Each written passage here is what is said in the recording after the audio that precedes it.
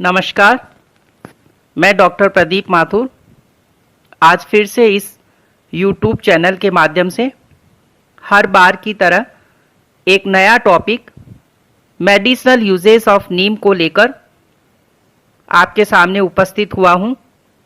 आप सभी का मैं हार्दिक स्वागत करता हूं, अभिनंदन करता हूं। मैंने आपके समझ में आने की दृष्टि से वह ज़्यादा फायदा मिल सके इसलिए इसे कई पार्ट्स में विभाजित किया है, जिससे आपको विभिन्न रोगों का, उनके होने का कारण, उनके लक्षण व नीम का प्रयोग कर आप उसे कैसे मैनेज कर सकते हैं बताने का अथक प्रयास किया है। अतः आपसे मेरा अनुरोध है कि आप प्लीज इस टॉपिक पर बनाई गई वीडियोस के सभी पार्ट्स को शुरू से लेकर अंत तक जरूर से देखें, सुने व समझें तथा जिस किसी को भी ऐसी प्रॉब्लम हो उन्हें अवश्य शेयर करना न भूलें, जिससे उनको भी अपनी प्रॉब्लम का सॉल्यूशन इसके द्वारा मिल सके। तो अब शुरुआत करते हैं। हम जानते हैं कि मानव का प्रकृति पेड़ और पौधों के साथ तो सदियों से अटूट रिश्ता रहा है। वैसे तो हर पेड़ का अपना महत्व है, लेकिन नीम के पेड़ का कुछ हटकर अपना अलग ही महत्व है, क्योंकि इस पेड़ का जितना धार्मिक और पर्यावरणीय दृष्टि से महत्व है, उससे ज्यादा इसका स्वास्थ्य के क्षेत्र में भी महत्व है। हमारे शास्त्रों में भी नीम के पेड़ की मान्यता है। जिस प्रकार त्रिवेणी भी गंगा और यमुना के साथ तभी पूरी होती है जब वह सरस्वती नदी के साथ मिलती है, ठीक उसी प्रकार से यह त्रिवेणी भी बड़ और पीपल के पेड़ के साथ तभी पूरी होती है जब उसे नीम के पेड़ के साथ लगाई जाती है। गांवों और शहरों में सदियों से इस प्रकार की त्रिवेणी लगाई जाती रही है। नीम भारतीय मूल का पर्यावरण के अनुकूल तेजी से बढ़ने वाला पेड़ है, जो लगभग 50 से 65 फीट की ऊंचाई तक भी पहुंच सकता है। यह पूरे भारत में बहुतायत से पाया जाता है। शायद ही ऐसा कोई व्यक्ति हो जो इससे अपरिचित हो। नीम का पेड़ मानव के स्वास्थ्य का सबसे बड़ा रक्षा कवच है। प्राचीन काल से ही इसका उपयोग विभिन्न प्रकार की जड़ी बूटियां बनाने के लिए किया जाता रहा है। नीम के गुणों की वजह से ही इसे धरती का कल्प वृक्ष भी कहा जाता है। इसे ही मनुष्य का सच्चा मित्र कहा जा सकता है, क्योंकि यह हमसे कुछ भी न लेते हुए भी हमें बहुत कुछ देता रहता है। ऐसा एक सच्चा मित्र ही कर सकता है। इस पेड़ के आसपास रहने से सकारात्मक ऊर्जा मिलती है और नकारात्मक ऊर्जा हमसे दूर भागती है। इससे जीवन में शारीरिक व मानसिक संतुलनता और संतुष्टि मिलती है। वेदों में भी नीम को सर्व रोग निवारणी कहा गया है। इसका अर्थ यह होता है कि नीम हमारे शारीरिक व मानसिक सभी प्रकार के रोगों से हमारी रक्षा करता है, उनसे हमें मुक्त करता है। जब प्राचीन काल में ब्रश और मंजन नहीं हुआ करते थे, तो मुंह की देखभाल करने के लिए व्यक्ति नीम के पत्तों व टहनियों का ही उपयोग किया करते थे। आज भी यदि हम गांव में देखें तो वहां पर आज भी हमें कई व्यक्ति नीम का दातुन करते हुए मिल जाएंगे। यह उनकी नियमित दिनचर्या का एक हिस्सा है। इसलिए इसे विलेजेज ऑफ फार्मेसी और वन टी फार्मेसी अर्थात गांव का दवाखाना और जड़ी बूटी बनाने वाला पेड़ कहते हैं। इसलिए भारत देश में तो नीम का पेड़ घर में या उसके आसपास होना बहुत ही शुभ माना जाता है। लोग अपने घरों में इसे जरूर लगाते हैं।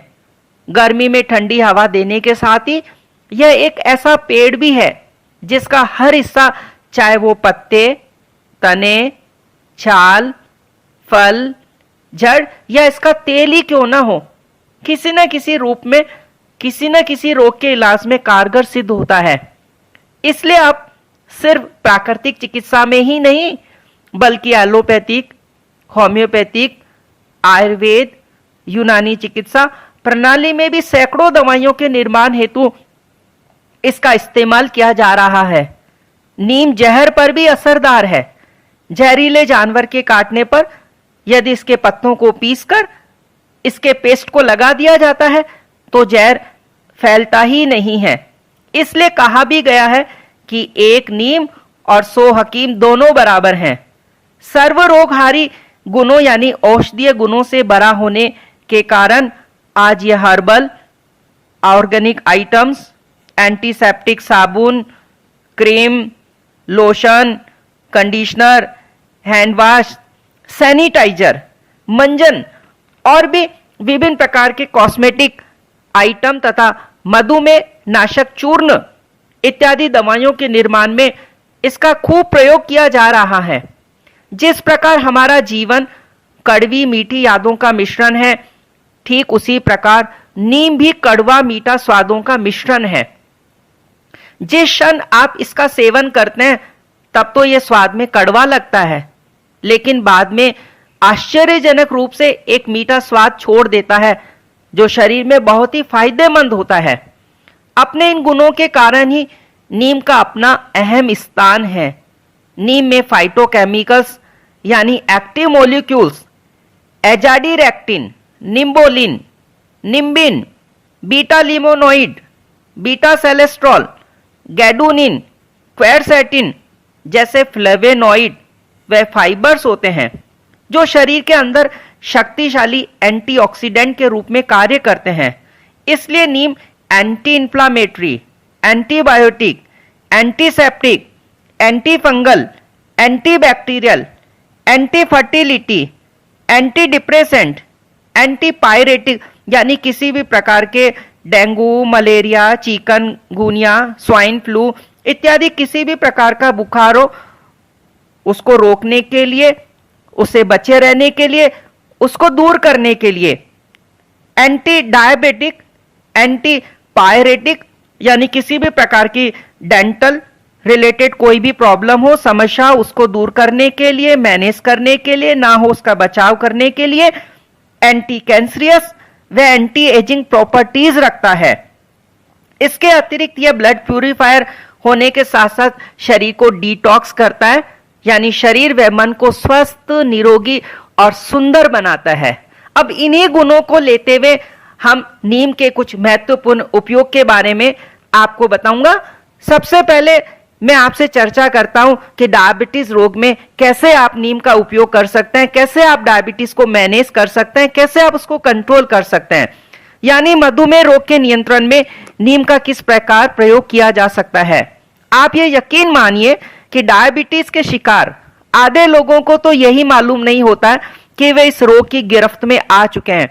यदि यह रोग आपकी मां को है तब तो आपको इसके होने का खतरा ज्यादा है, लेकिन यदि यह रोग आपके पिताजी को है तो आपको इसके होने का खतरा सिर्फ कुछ प्रतिशत यानी लगभग 10% ही है, परंतु आम जनता से कुछ अत्यधिक होती है। जिस किसी को भी डायबिटीज का रोग हो जाता है उसके ब्लड में ग्लूकोज की मात्रा बहुत ज्यादा बढ़ जाती है, क्योंकि इसका जो मुख्य कारण है वो अग्नाशय का यानी पैनक्रियास का ठीक प्रकार से काम नहीं करना होता है। डायबिटीज 2 प्रकार की होती है, इनमें से एक कम उम्र वालों को होती है जिसे इंसुलिन डिपेंडेंट डायबिटीज कहते हैं, तो दूसरी डायबिटीज होती है वह वयस्कों को ज्यादातर होती है और उसे नॉन इंसुलिन डिपेंडेंट डायबिटीज कहते हैं। इस रोग के होने पर अत्यधिक प्यास लगना, ज्यादा भूख लगना, रात में बार बार मूत्र त्याग के लिए जाना, हाथ पैरों की उंगलियों में झुनझुनी या उसका सुन होना और यहां तक कि फंगल इन्फेक्शन भी हो सकता है। इसके पूर्व अनुमान हेतु आप 30 वर्ष की उम्र हो जाने के बाद से प्रति वर्ष ब्लड शुगर का टेस्ट कराएं। यदि यह खाली प्लेट ब्लड शुगर का लेवल 110 मिलीग्राम प्रति डेकालीटर से कम ही है तब तो आप ठीक है, और अगर उससे ज्यादा है तो आप डायबिटीज रोग से पीड़ित हो चुके हैं, आप उसकी गिरफ्त में आ चुके हैं। अब उसके नियंत्रण हेतु आप एंटी डायबिटिक प्रॉपर्टीज वाले नीम का उपयोग करें, क्योंकि नीम डायबिटीज की परंपरागत सुप्रसिद्ध औषधि है। इसके पत्तों में प्राकृतिक इंसुलिन जैसा ही रसायन पाया जाता है जो हमारे ब्लड शुगर को नियंत्रित करता है। इसकी सबसे अच्छी खासियत तो यह है कि इसका कोई दुष्प्रभाव नहीं होता है और इसकी कम डोज ही काफी असरदायक होती है। इसलिए मैं आपको कुछ नीम के प्रयोग बताता हूं, आप उसको फॉलो करेंगे। पहला प्रयोग, प्रतिदिन सुबह खाली पेट 5 से 6 नीम की कोमल पत्तियां व 2-3 नंग निबोली पानी के साथ अथवा इसका सुखाया हुआ पिसा हुआ पाउडर 1/4 चम्मच खा लेना चाहिए।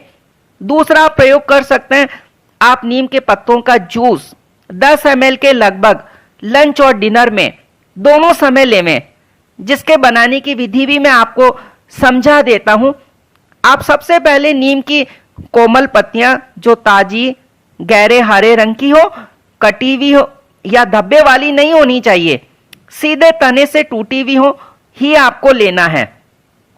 यह लगभग 1 कप के समान हो। अब नीम के पत्तों को किसी बर्तन में डालकर साफ पानी से अच्छी तरह से धो लेवें। एक छलनी का उपयोग करके पानी को छान लेवें और इस छने हुए पानी को तो बाहर निकाल फेंक दें।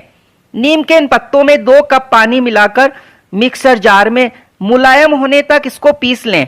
अब इसे छानकर गिलास में डालें और तुरंत पिएं। तीसरा, आप एक बहुत ही महत्वपूर्ण मेरा अनुभूत नुस्खा आप अपनाएं। नीम की कोमल व ताजी पत्तियां, करेला व जामुन की गुठली या उनके पत्ते, दोनों में से कोई भी एक हो, साथ में बिल्व पत्र यानी बेल पत्र, तुलसी पत्ते, इसके अतिरिक्त चमेली के पत्ते, इन सबको आप समान मात्रा में लेकर सुखा लें। उसके बाद इनको पीसकर इनका पाउडर बना लेवें। इस पाउडर की सुबह नाश्ते से 5 मिनट पूर्व 5 ग्राम के लगभग गुनगुने पानी से फाक लेवें। यदि संभव हो तो इसके बाद 1 गिलास दही की लस्सी या छाछ पिएं तो और ज्यादा फायदा होगा। आप इन तीनों उपयोग को कर आप अपने डायबिटीज को पूर्ण रूप से मैनेज कर सकते हैं, कंट्रोल कर सकते हैं, बचे रह सकते हैं, उसको दूर कर सकते हैं। आगे की चर्चा अब हम इसी के पार्ट 2 में करेंगे। तब तक आप इसी तरह हमारे साथ बने रहिएगा, कहीं न जाइएगा। धन्यवाद, नमस्कार।